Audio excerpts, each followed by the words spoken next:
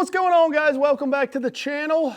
Appreciate you guys tuning in for another video. If you guys are new to the channel, make sure you hit that subscribe button so you don't miss out on any future videos. We're planning on 3 videos a week all throughout the rest of the year, so definitely want to make sure you guys are subscribed so you don't miss out on those future videos. Okay, so we are diving in. We just fished one of the last tournaments of the year for me. You know, the Ultimate Angler Championship on Lake Guntersville. It was a big, giant tournament, not just a huge number of boats, but also the amount of money that was up for grabs, $500,000 to the winner. It was a really cool event at the end of the season. It was kind of unrelated to anything, so it was kind of a no-stress tournament. Really just a unified group of pros. That was actually the name of the organization, Unified Pros, put together this Ultimate Angler Championship, and it was a super cool event.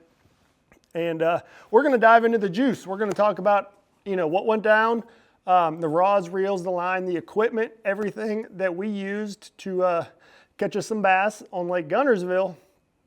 But first, let's go check out some fish catches. I'll show you guys a few of the key fish that I caught throughout the week, and then we'll kind of dive into the juice side of things and get into the equipment and show you all of that good stuff.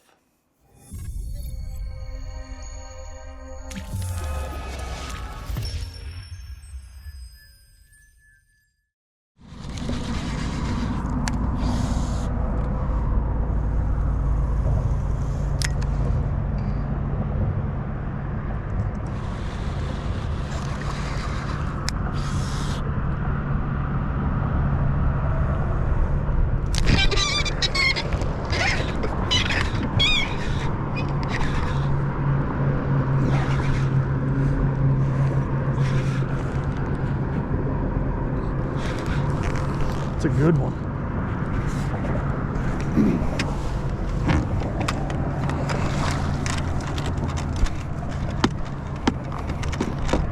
Good grief.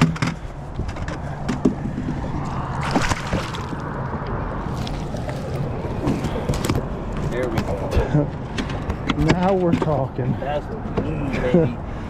That's what we come up here for, too.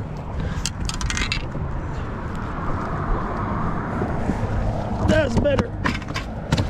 That was a disaster. I was about to just net all the grass and whew.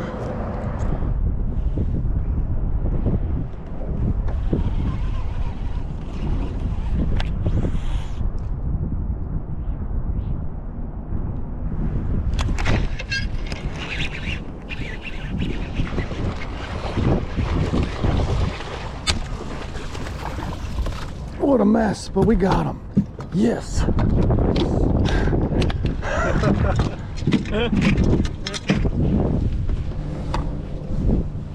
Hopefully that wasn't too expensive of a rod.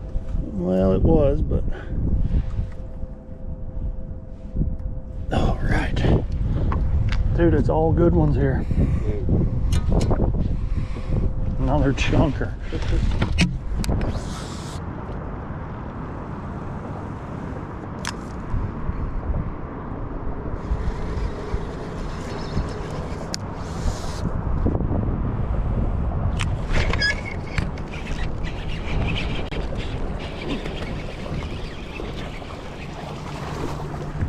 Yes, sir. Yes. Another freaking big one. Yeah, buddy. That's a hot pound. Yes.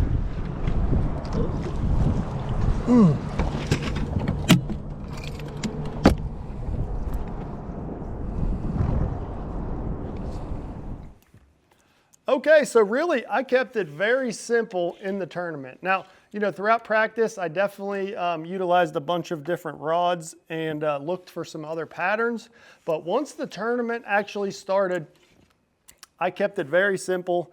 And I'm pretty sure every fish I caught during the tournament came flipping the grass or punching the heavy cover. You know, I had a few different flipping setups on the deck ready to go. I think I had 4 or 5 different flipping rods ready to go. You know, I had some frogs on the deck just in case, a big topwater in case that, you know, opportunity came up. And then, you know, I had a chatterbait on deck ready to go in case I was just covering water in between zones or something, a buzz bait for that same sort of situation. But all of the fish catching got done on the flipping setups. And like I said, I had a few different ones, and each one was set up with a different weight. So I like to use Epic Tungsten, their flipping weight.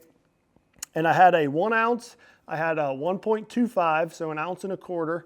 I had 1.5 ounces, and I had a 2 ounce on deck, ready to go. And then I actually had an extra one rigged up in the box, just in case, you know, something happened. If the hook got bent, I didn't have to retie it on the water. I was ready to go. I could just pull it out and get to work. So during the tournament, you know, I caught them on really all 4 of those different sizes. I would really just base it on how thick the cover was that I was fishing. You know, if the mat was super thick, you know, the wind blew pretty strong on day 1, and it had some of these trash mats blown in really tight, so I had to use the 2 ounce weight to get through there. But in other areas, it wasn't quite as compacted as tight, so I could get away with the 1 ounce. You know, always want to use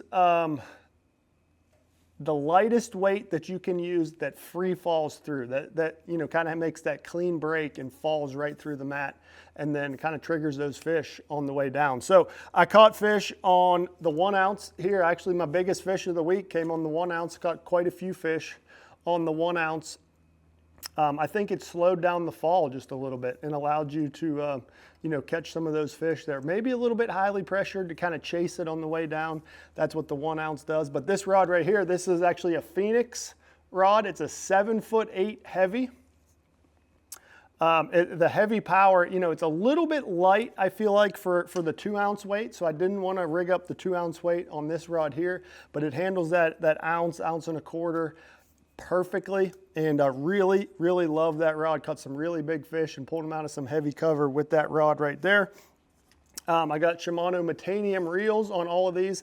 I like the big handle on the Metanium. You know, they're not a sponsor or anything, but it's just a reel that I really like using. And I like the bigger handle on the Metanium versus some of the other model reels, especially for this flipping and heavy cover. You know, I want a fast gear ratio if I have to pick up line and yank them out of there. But, you know, really I had,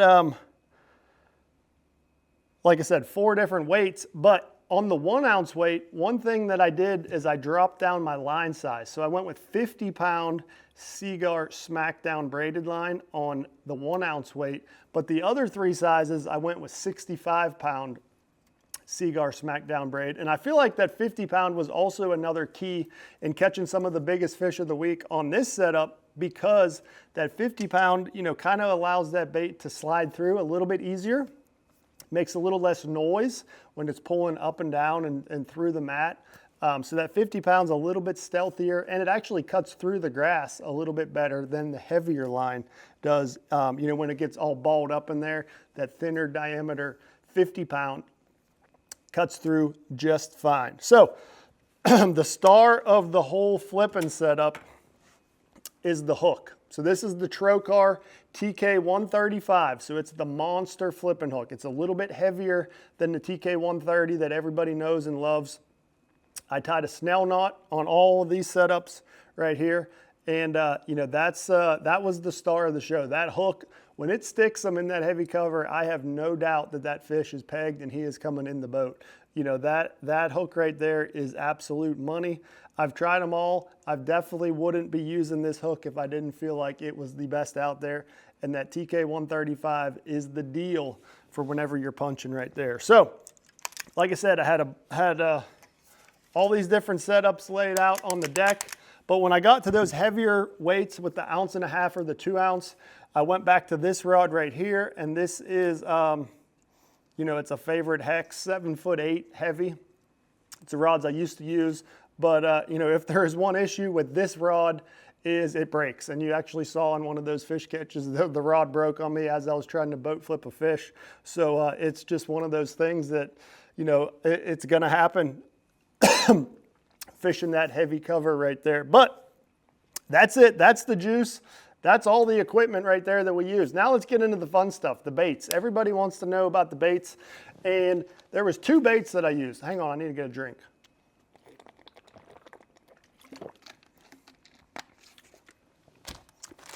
there's two baits that I was using and putting on all my flipping setup. So one was the Big Bite Baits FAFO in the black and blue and silver flight color.